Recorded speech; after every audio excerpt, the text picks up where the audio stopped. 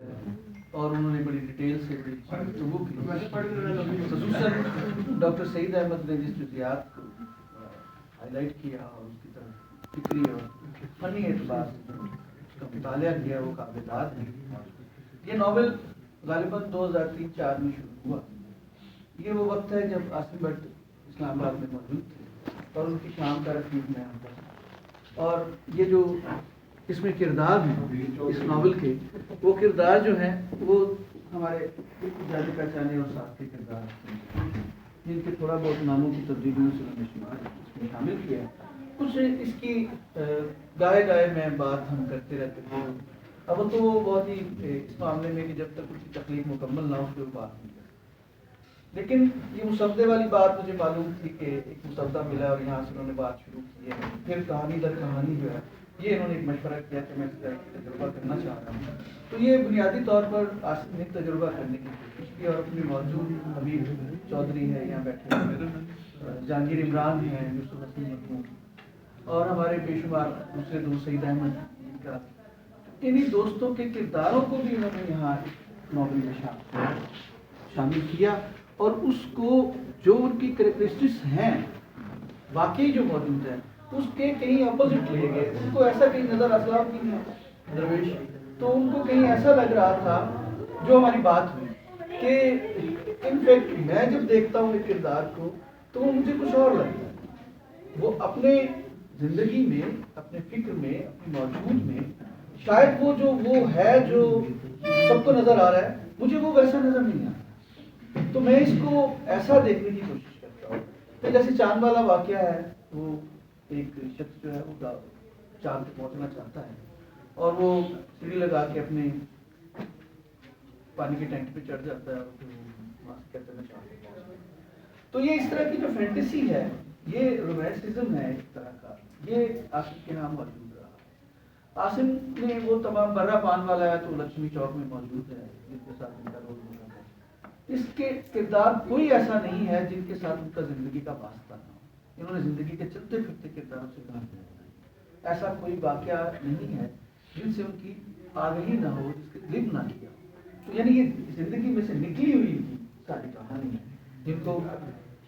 میں نہ مسودہ بھی نہیں پڑھ سکا تھا، لیکن یہ گفتگو تھوڑی بہت ہمارے درمیان میں ہوتی رہی اس نقطہ نظر سے۔ عاصم کا مسئلہ یہ ہے کہ عاصم اپنی کہانیوں سے لے کے، یعنی اشتہار آدمی سے لے کے اور پھر دستک، اور اس کے بعد ناول جو ہے ان کا دائرہ، اس کے بعد جو ناتمام ہے، اس تمام سفر میں عاصم نے یہاں تبدیلیاں ہوئی، اور یہ تبدیلیاں ان کے ہاں ایک خاص سائنٹیفک جو کیا کہتے ہیں اس کو، سائنٹیفک موویز آپ دیکھتے ہوں گے نا، وہاں سے شاید یہ کچھ امیجنیشن دیتے رہے، کچھ جادوئی کہانیوں کی طرح سے پہلے کہانیاں وائرل ہوتی رہی، اور ان کے اندر بھی ایک ایسا سسپینس کریٹ ہوتا رہا،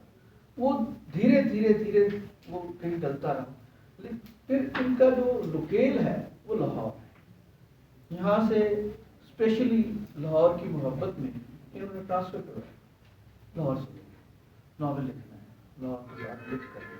لاہور کے ساتھ دائرہ لاہور، ناتمام لاہور، اور اب بھید لاہور، تینوں جگہ پہ ان کو لاہور ان کے ساتھ ہے۔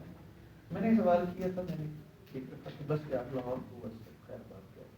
محبت اتنی نبھائی جا سکتی ہے، اس کے بعد پھر میاں بیوی کے ساتھ شروع ہو جاتا ہے درمیان میں کھچاؤ، ایسا نہ ہو لاہور کے ساتھ تمہارا کھچاؤ شروع ہو جائے تمہیں واپس آنا پڑے، اس سے بہتر ہے کہ دور سے لاہور کو دیکھو، یہاں سے دیکھو۔ اور مزے کی بات ہے کہ انہوں نے لاہور کو یہاں سے بھی دیکھا، ناتمام، ان کی محبت اسی طرح تھی، اور جب یہ وہاں انہوں نے ٹرانسفر کروا لیا، یہاں اپنا بہت سارے جو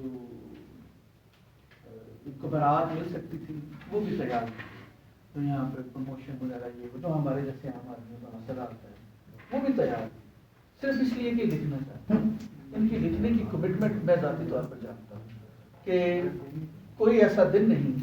جب انہوں نے لکھا نہ ہو، کوئی ایسی بات نہیں جب انہوں نے پڑھا نہ ہو اور اس کے ساتھ لکھ نہ کیا۔ میں ان کی بیٹی کی شادی تھی، اس رات جب گھر میں مہمان ہوتے ہیں، ہم یہاں سے گئے تھے، عاصم بٹ اور میں ان کے کمرے میں تھا، انہوں نے مجھے کہا کہ اگر تم تھکے ہوئے تو سو جاؤ، مجھے تو اپنے ناول پہ کام کرنا ہے۔ میں سو گیا میری آنکھ کھلی 3 بجے تھے تو یہ دکھ گئے صبح بارات آنے.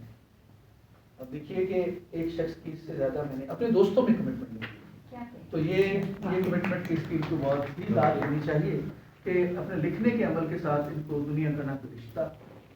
یہ میں حقیقت بات کر, میں نے ان کے ساتھ لفٹ کیا ہے